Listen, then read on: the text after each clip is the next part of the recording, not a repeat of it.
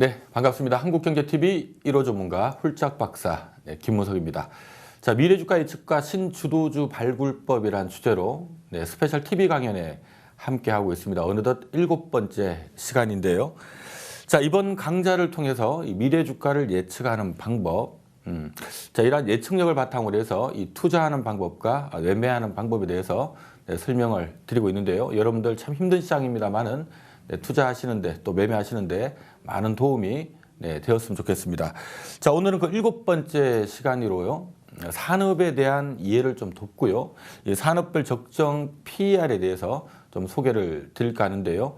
우리가 기업들이 이 회사가 얼마가 적당하냐, 얼마가 목표 가격이냐라는 것을 계산할 때 회사가 미래에 어느 정도 이익이 낼 수 있을까, 그리고 이익 대비 몇 배가 적당한가라는 부분을 우리가 적정 PER이라고 하는데요.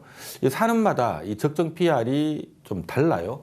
어떤 산업은 뭐 8배입니다. 어떤 산업은 12배입니다. 또 어떤 산업은 수배입니다. 이 수치가 다르다 보니까 이 적정 가격 또 목표 가격에 대해서 좀 헷갈려 하시는 분들이 많은 것 같아서요. 오늘 산업에 대한 설명을 좀 드리면서 우리가 기본적으로 어떤 산업이 좀 기술력이라든가 또 이러한 것들을 바탕으로 한 어떤 진입장벽이라든가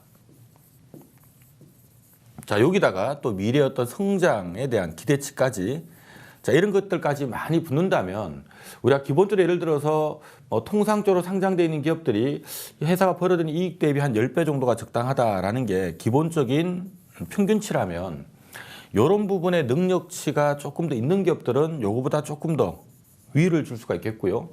뭔가 뭐 특별한 기술력이나 또 뭐 진입장벽도 없고 또 미래의 성장도 좀 불투명하고 하는 기업들은 당연히 할인 거래를 받게 되겠죠.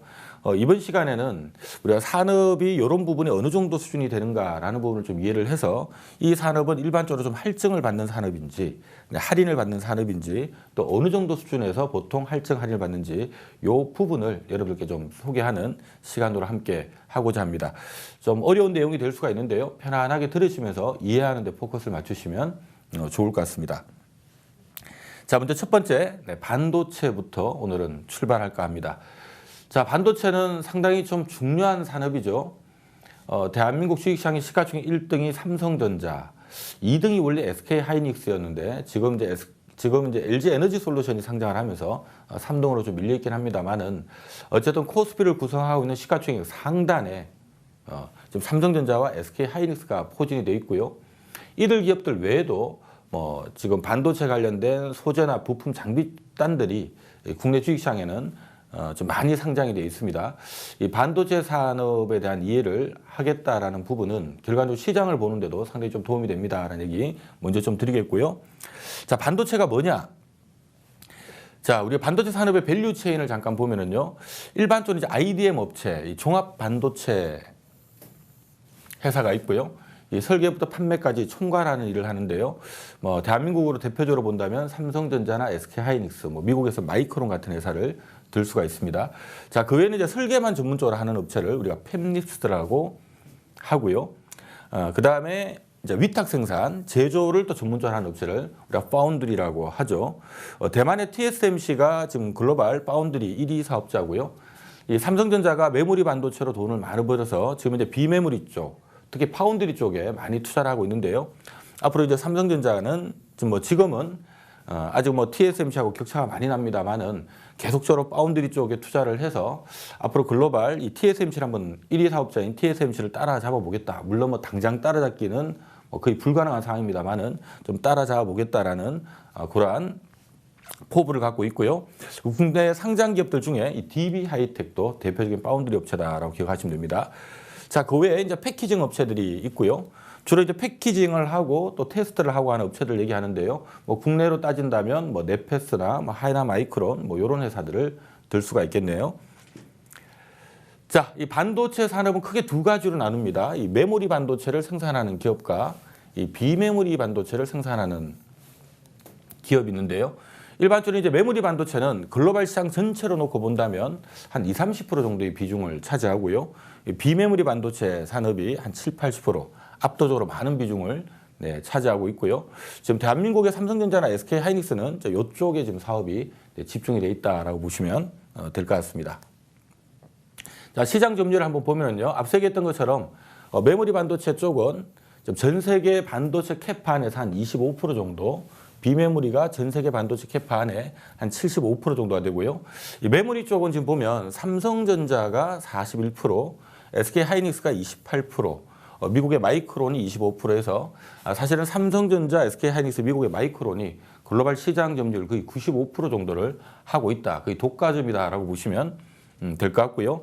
예전에는 아주 많았는데 점점 이제 공정 난이도가 올라가다 보니까 지금 캐파 이렇게 큰 기업들이 시장을 거의 과점하고 있는 구도로 지금 가고 있고요.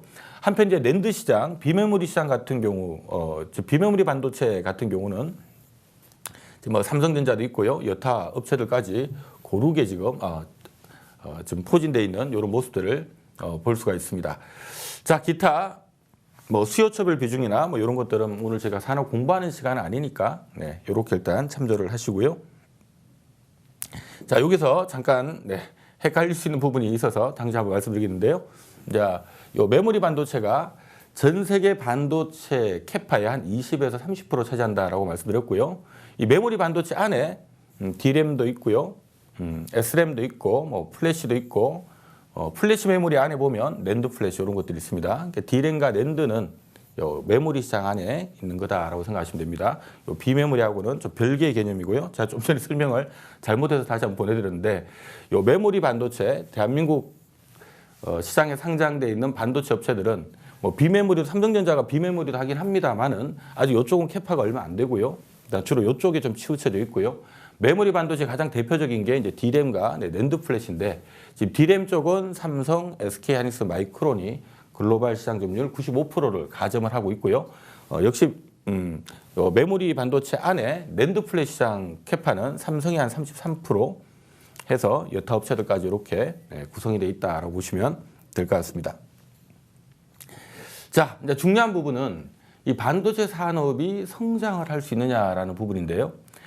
자, 이게 지금 준비된 화면이 일평균 데이터 발생량을 의미하는 건데요. 우리가 과거 컴퓨터가 생기고 난 다음에 스마트폰이 생기고 지금은 여러 가지 많은 데이터들이 만들어집니다. 지금 10년 전 대비해서 데이터의 시대가, 데이터 사용량이 지금 아주 큰 폭으로 늘었다는 것을 확인할 수가 있고요. 또 지금보다도 앞으로 가까운 미래에 이 데이터 사용량은 굉장히 늘어날 겁니다. 그래서 일단 이 반도체 산업은 우리가 기본적으로 좀 성장할 수밖에 없겠구나라고 보는 부분이에요. 일단 데이터 시대 자체가 이제 폭발적으로 지금 늘어날 수밖에 없기 때문에 과연 어디까지 이 데이터 사용이 늘어날까, 거의 뭐 무한대다라고 얘기할 정도로요. 굉장히 이 시장에 어떤 반도체를 필요로 하는 수요는 계속 폭발적으로 늘어날 수밖에 없다라는 게 이 반도체 산업을 좀 긍정적으로 보는 부분이고요. 자, 거기다가 이 반도체 산업이 이게 좀 앞으로 돈이 되겠구나 하게 되면 누구나 돈이 있으면 뛰어들어서 나도 한번 해보자고 뛰어들 수가 있죠. 경쟁이 격화되게 되면 결국 마진이 또 떨어질 수밖에 없는데요. 앞서 잠깐 살펴보셨던 것처럼 일단 메모리 반도체 시장 내에는 지금 특히 D램 반도체 같은 경우는 삼성이나 SK 하이닉스, 미국의 마이크론이 가점하고 있는 이런 가점적 구도, 현재 지금 가점적 구도고요. 자, 거기다가 이 반도체 시장은 뛰어들려고 했을 때 지금 보고 계신 화면이 삼성전자의 평택 공장이고요. SK 하이닉스 이천 공장이고, 이거는 이제 디스플레이 쪽에 LG 디스플레이 파주 공장인데, 자, 이 반도체를 생산하기 위해서는 그냥 뭐 조그만한 건물이 하나 필요한 거 아니죠. 대규모 설비를 또 필요로 합니다. 그래서 일단 우리가 반도체 산업이 조금 긍정적으로 보이는 부분은 앞으로 반도체를 필요로 하는 시대, 그러니까 더 많은 반도체, 많은 데이터를 앞으로 필요로 할 거고요. 이 데이터를 또 연산도 하고 또 저장도 하고 하는 이 반도체는 계속 필요할 거다라는 이런 성장에 대한 기대감이 좀 있는 가운데, 자, 거기다가 이 반도체 산업을 하기 위해서는 대규모의 돈이 필요하다는 얘기입니다.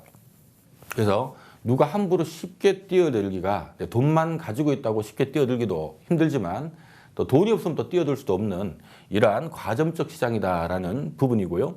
또 거기다가 예전에는 반도체를 뭐 사람들이 앉아서 조립하고 했었는데요. 요즘 그렇게 하지 않죠. 모든 게 자동화되어 있습니다. 상당 부분 진입 난이도도 이전보다 좀 올라 있다. 자, 이런 부분들이 이 반도체 산업이 갖고 있는 또 미래에 대한 성장 기대감이기도 하고요. 조금 할증거래 받는 이런 요인이고요.